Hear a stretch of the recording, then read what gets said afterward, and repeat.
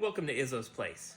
Happy Toolsday, and you may be wondering why this fool is wearing a suit for Toolsday, but well, scheduling is not always my prime talent, so here we are. Obviously, I won't be doing a lot of cutting or grinding with this, but we are going to talk about this grinder that was unboxed. You may have seen the unboxing. So this particular grinder is a 60 volt. They do make a 20 volt version. So if you don't have, the big old FlexVolt, the 60 volt batteries, you can get yourself a 20 volt version of this. And actually I have that down south. But this is the one I unboxed, so I wanted to get a chance to go ahead and show you.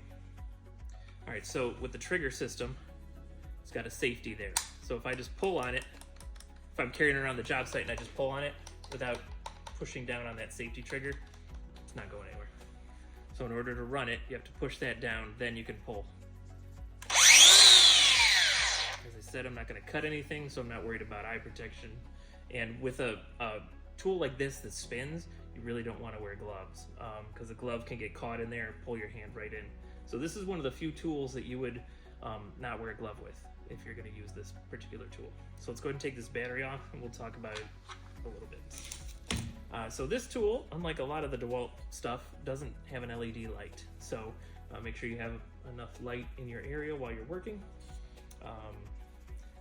It's just gonna help you out as you work. That is the only safety now, is that little switch. So there's a lot of times on other grinders and drills, it'll have like another button that you push somewhere up here, but this one is only in the trigger.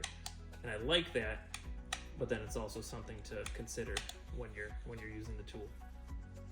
It's got the nice handle to give you some extra grip, and whether you're right-handed or left-handed, it's actually got another threaded port that you can put this handle on. So whichever way you're comfortable, you can put it on there, depending on what you're working on. So it comes with a nice guard. Actually, this one comes with two guards. So I've got a 4.5 inch grinder on it right now, but you can get a larger size. You can get a larger size disc on there. And in the instruction manual, it shows all the different combinations that you could do. Now I have misplaced the chuck that goes in here to loosen this. So it gives me a good opportunity to tell you what to do if you lose your little chuck. So this button here is a locking button. So you kind of push on it and rotate this, and it'll find its spot, and then it won't be able to rotate anymore. So you hold that in. Now, if you've lost your chuck key, like Izzo, you can just grab it with a pair of channel locks. Now, if you look, this is really nice. On this grinder, it actually has a lock and an unlock direction, so we know which way to turn it. So we're gonna turn it in the unlock direction. That was pretty loose. I was messing with it before I hit record, so that's probably why. All right, pops off nice and clean. Then your grinder comes off. All right, now, so this is locked in place unless you push on this. Let me get you a good view. So it's got another little lock right there. So if you push on that, then you can rotate this and eventually pull it off. You can do the reverse to get the other one out. Come on.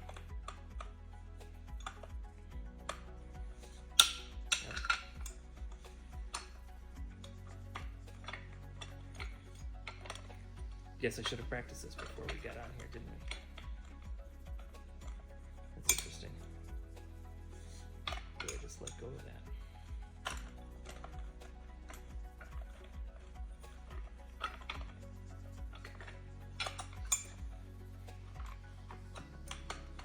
Okay, I hadn't pushed it in enough. That's what it's looking like. Okay. All right, there we go. So when you're putting it on, it's not just a matter of spinning it, you also have to push it. There appears to be some sort of spring action. But then once it's in place, it's nice and in place. And then I don't have a larger size grinder to put on, so we'll just put this one back on for now. All right, here's the fun part. So in there, Let's see if you can see it. You see the two little tabs? So the two little tabs have to go in place around the arbor. And then once you've done that, you can spin it on. And of course, you want to make sure it's locked again with that same button. Okay, it's locked, and that allows us to spin that on. And honestly, I just like snugging stuff up. I don't like tightening anything too much. If I do use a wrench or the chuck that comes with it, I'll do barely anything, less than a quarter turn, just to make sure it's snug on there. I've found if you tighten things too much, then you're constantly having to tighten them. It'll be harder and harder to take on and off each time that you crank too hard on those kind of on this kind of setup. All right, really, besides holding it properly, so that way the guard is protecting your face, and of course you should be wearing preferably a full face shield, if not at least safety glasses. But this guard is also going to keep a lot of the sparks and debris from coming up into your face.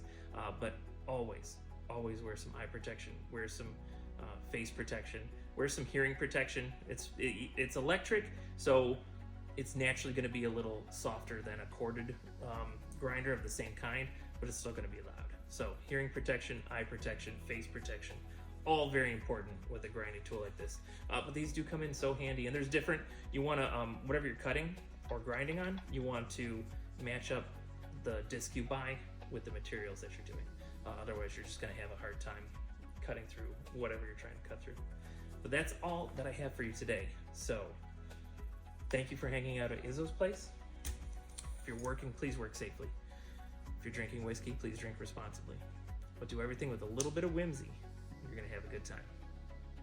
Catch you next time you stop by at Izzo's place. Thanks for hanging out.